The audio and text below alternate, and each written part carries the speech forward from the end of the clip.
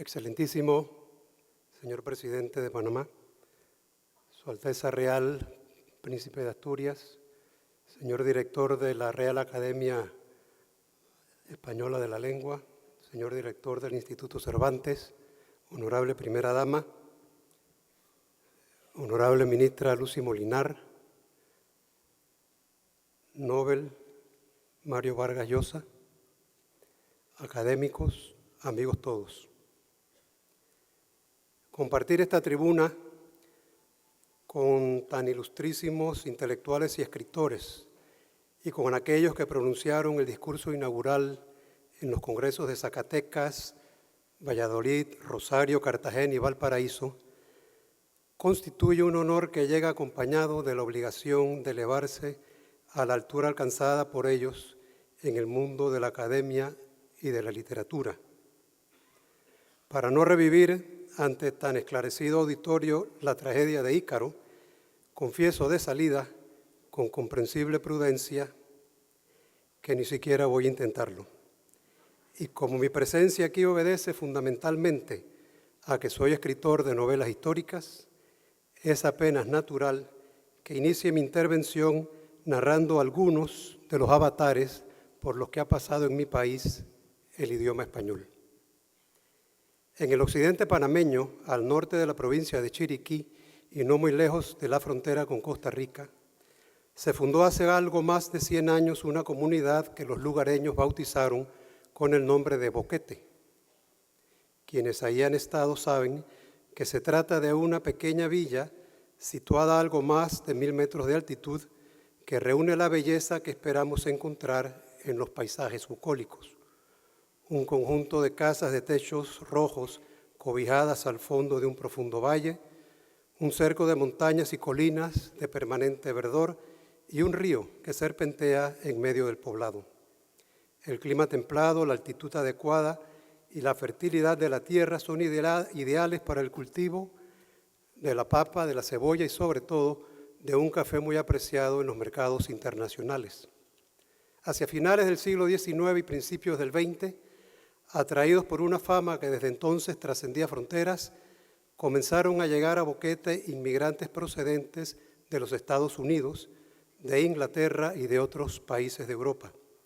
Con ellos arribaron sus lenguas maternas, principalmente el inglés.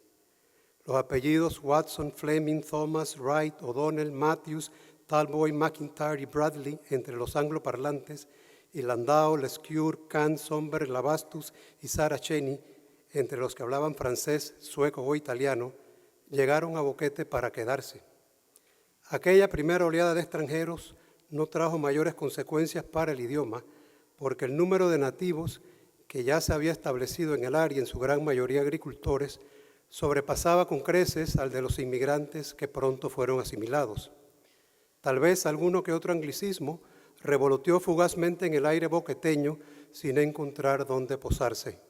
Y también es probable que la palabra bajareque adquiriera un nuevo significado cuando los expatriados creían que al decir bajareque, los nativos hablaban no de los bohíos o de sus paredes de paja y barro, primeras dos acepciones de la palabra en el DRAE, sino de la fina lluvia que cae durante el verano, contribuyendo a la feracidad de la tierra, que es como la entendemos los panameños. Lo cierto es que hoy los descendientes de aquellos primeros inmigrantes hablan el español con el acento típico de la región y el vocablo bajareque aparece en el diccionario con una tercera acepción, un panameñismo cuyo significado es precisamente llovizna menuda que cae en sitios altos. Y si, según el DRAE, llovizna es ya lluvia menuda que cae blandamente, no resulta difícil imaginarse, descendiendo de las nubes, la delicadeza y mansedumbre del bajareque, características que ayudan a explicar la abundancia de arcoíris en el paisaje boqueteño. Un siglo más tarde, el nombre de Boquete comenzó a figurar en periódicos y revistas internacionales como uno de los mejores lugares para vivir. Entre otros diarios, el New York Times colocó a Boquete en una lista mundial de los 5 sitios óptimos para retirarse. Se inició entonces una nueva oleada de inmigrantes, la gran mayoría procedente de los Estados Unidos, que esta vez no venían a trabajar la tierra, sino a disfrutar de la anhelada jubilación. En el año 2008, cuando la crisis mundial frenó la afluencia de retirados norteamericanos, ya se observaba en las calles de Boquete una multiplicidad de avisos en inglés: Real Estate Agency, Restaurant, Beauty Parlor for Rent, Bed and Breakfast, Cabins, Spanish Lessons, Open, Close, Sale. Son algunas de las expresiones anglosajonas que saltan de los letreros a la vista de quienes hoy visitan Boquete.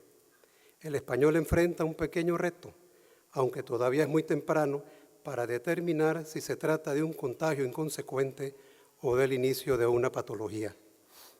La amigable escaramuza entre nuestro idioma y el inglés en las alturas de Chiriquí resulta insignificante si la comparamos con los graves desafíos que ha venido experimentando el español en Panamá a lo largo de su historia. En 1849, con motivo del descubrimiento del oro en California, los norteamericanos iniciaron un éxodo masivo para ir en busca del nuevo Eldorado.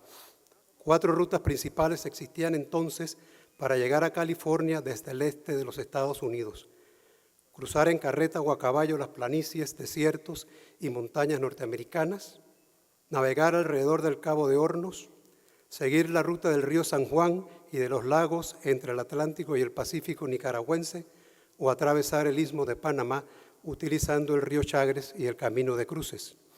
Esta última, por ser la más corta, fue la más favorecida por los llamados argonautas, preferencia que se consolidó en 1855, cuando se terminó de construir el ferrocarril de Panamá, primero en unir 2 océanos. El auge se mantuvo hasta 1868, año en que se inauguró en los Estados Unidos la vía férrea que unió sus costas este y oeste. Por el Istmo de Panamá pasaron a lo largo de aquellos 18 años decenas de miles de norteamericanos, en su mayoría aventureros, que dejaron aquí huellas permanentes. Conviene recordar que antes de que concluyera la construcción del ferrocarril, era usual que los viajeros permanecieran en la ciudad de Panamá, entonces una villa apacible de escasos 10,000 habitantes, a la espera de un nuevo barco que los llevara finalmente a California. Como a veces la estadía se prolongaba por varias semanas, los comerciantes panameños competían por los dólares de los recién llegados y el idioma inglés se iba posesionando de las actividades cotidianas de la pequeña y maltrecha urbe. Y es que en adición a la invasión permanente de aventureros, la empresa norteamericana a cargo de la construcción del ferrocarril contrató miles de obreros procedentes en su mayoría de las Antillas que hablaban fundamentalmente el inglés.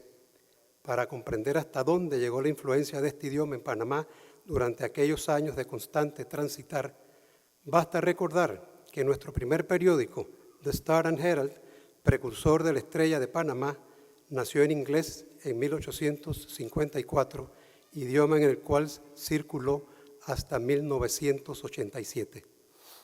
No habían transcurrido 30 años del inicio de la fiebre aurífera cuando arribó a Panamá Ferdinand de Lesseps, decidido a construir en el Istmo un canal a nivel y repetir así la hazaña que acababa de realizar en Suez. Aunque los franceses lucharon con ahínco durante 10 años contra el desgreño administrativo, la malaria y los aguaceros panameños, no pudieron evitar el descalabro de la empresa canalera que llevó a la ruina no solamente a de Lesseps, sino también a miles de compatriotas, muchos de ellos hombres de campo que le habían confiado sus ahorros al gran francés. En Panamá, la inmigración francesa, junto a la del gran número de trabajadores que llegaron para construir la obra, significó, aparte de una efímera bonanza económica, una nueva fuente de desafíos para el idioma. En los albores de la República, algunos galicismos se sumaban a los anglicismos y el 3 de noviembre de 1903, día que nos separamos definitivamente de Colombia, la Estrella de Panamá se publicaba en español, en inglés y también en francés, L'Étoile de Panamá. A la vuelta del siglo, las aspiraciones imperialistas de los Estados Unidos, lideradas por el presidente Roosevelt, motivaron el apoyo de la potencia norteña a Panamá en su permanente aspiración de independizarse de Colombia, ayuda que acarrió un costo elevadísimo. A escasos 18 días de la declaratoria de independencia, un francés, en representación de Panamá, firmaba en Washington apresuradamente y con nocturnidad el tratado conocido en la historia como el Heibo-No-Barilla, que otorgó a los Estados Unidos la facultad de construir, mantener y defender el canal.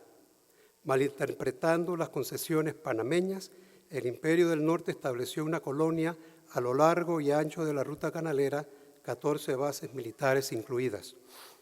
De los más de 56.000 trabajadores que vinieron a construir el canal, 31.000 procedían de las Antillas y 11.000 de los Estados Unidos. El idioma inglés volvía a Panamá, ahora con más ímpetu.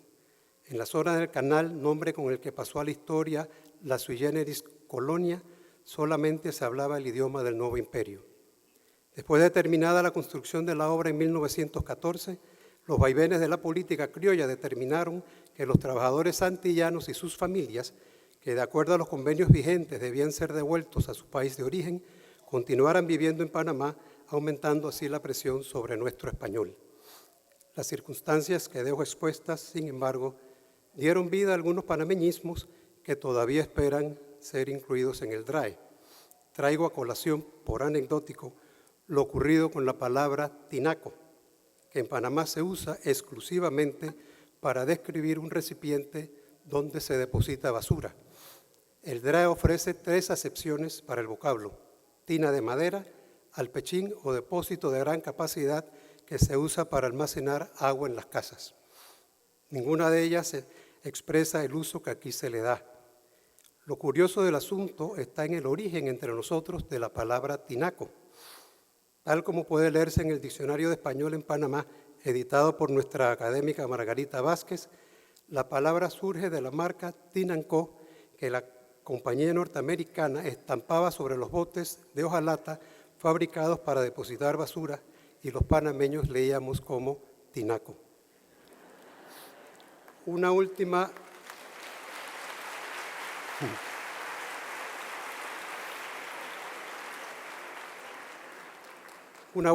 anécdota lingüística antes de abandonar el tema.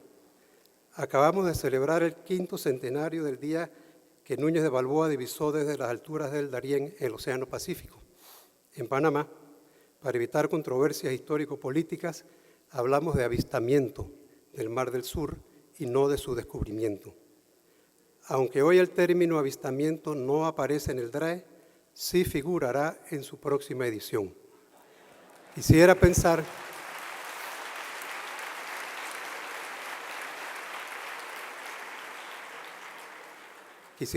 que tal inclusión responde a lo que dejo explicado.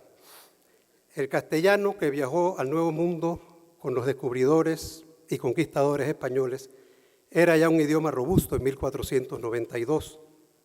Habían transcurrido más de 200 años desde que el rey Alfonso X, haciendo honor al apodo con el que lo recuerda la historia, elevó el castellano consagrado por el uso popular a la jerarquía de lengua de la Cancillería de Castilla, en reemplazo del latín culto. El siglo de oro de la literatura española, que se inició el mismo año del descubrimiento de América con la publicación de la Gramática de Nebrija, esperaba ya con impaciencia a los Cervantes, Góngoras, Quevedos y López de Vega. En América, el castellano se enriquecía con los aportes del arahuaco, del náhua, del quechua, del guaraní y de los dialectos traídos de África por los esclavos. Fueron estos primeros aportes el origen de los más de 26.000 americanismos que figuran hoy en el DRAE. El 3 de octubre de 1713, acaban de celebrarse los 300 años, se fundó la Real Academia Española de la Lengua y 13 años después se inició la publicación de su primer diccionario, el de autoridades, labor que concluyó en 1739. La lengua castellana contaba ya con un organismo rector y con un primer listado de los vocablos consagrados por el uso y aceptados por la Academia. Una centuria más tarde, después de las independencias de las colonias hispanoamericanas, surgirían dudas y controversias en torno al futuro del español en América, mientras que el educador, ensayista y filólogo venezolano-chileno Andrés Bello defendía con ardor a mediados del siglo la unidad lingüística. Algunos años más tarde, figuras de la talla del filólogo colombiano José Rufino Cuervo presagiaban su inevitable fraccionamiento en diferentes regiones, a pesar de que él mismo había contribuido a fundar en 1871 la Academia Colombiana de la Lengua, primera que se establecía en Hispanoamérica con el apoyo de la Real Academia Española. Afortunadamente, el pesimismo de Cuervo resultó injustificado. A la Academia de Colombia siguieron en la misma década la ecuatoriana, la mexicana, la salvadoreña, y desde mediados del siglo pasado todos los países hispanoamericanos tienen sus academias encargadas de velar por el idioma. La de Panamá fue fundada en 1926, 23 años después de nuestro surgimiento como nación independiente. Me complace señalar que entre las academias de la lengua, la de Panamá es la que menos tiempo tomó en establecerse si tomamos como punto de referencia los años transcurridos entre la independencia de cada una de las naciones hispanoamericanas y el momento en que se constituyeron sus respectivas academias. En el ánimo de sus fundadores influyó sin duda la necesidad de manejar con criterio lingüístico la presencia del idioma inglés a lo largo de nuestra historia. Luego de mucho caminar, en 1951 se estableció formalmente en México la Asociación de Academias de la Lengua, foro que desde entonces vela por la difusión y buen uso del idioma. El lenguaje castellano, legado por España al Nuevo Mundo en 1492, ha sido devuelto por Hispanoamérica al Reino de España 5 siglos después, convertido en la lengua española.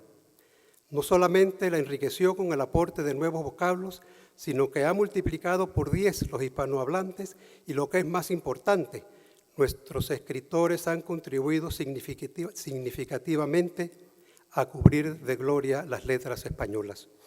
El denominado boom latinoamericano, el que hizo magia con las palabras, al mismo tiempo que revelaba al mundo la sorprendente realidad de nuestros pueblos, señalaba también un nuevo rumbo a la creación literaria. 6 premios Nobel, 2 de ellos importantísimos representantes de ese auge, son muestra suficiente del esplendor de nuestras letras. Hoy tenemos el orgullo, el honor y el placer de tener entre nosotros a don Mario Vargas Llosa, quien sigue sorprendiéndonos, ilustrándonos, deleitándonos con sus novelas, sus ensayos, sus discursos y sus artículos periodísticos.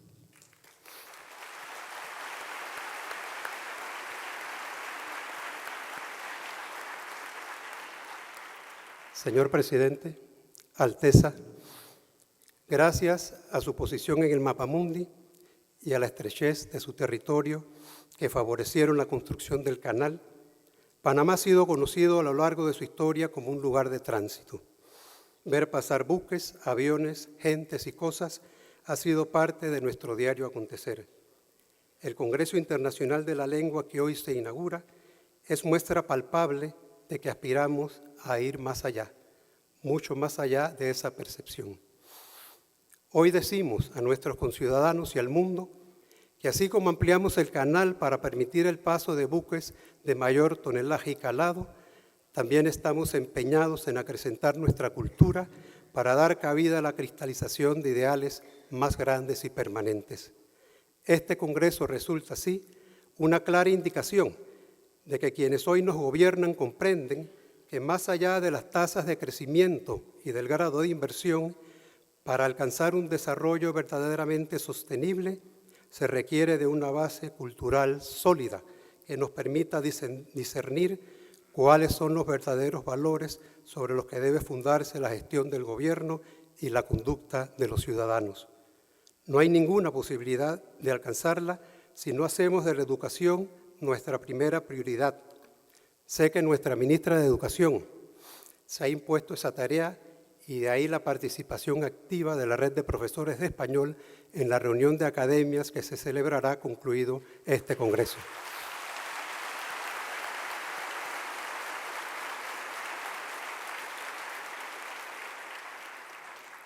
Piedra angular de la educación es, por supuesto, el buen manejo del idioma, objetivo en el que se empeñan las academias de la lengua aquí reunidas bajo la guía indispensable de la Real Academia Española y del Instituto Cervantes.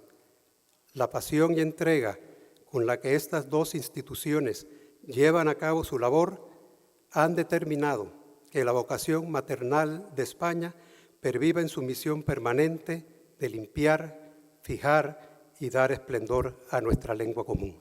Muchas gracias.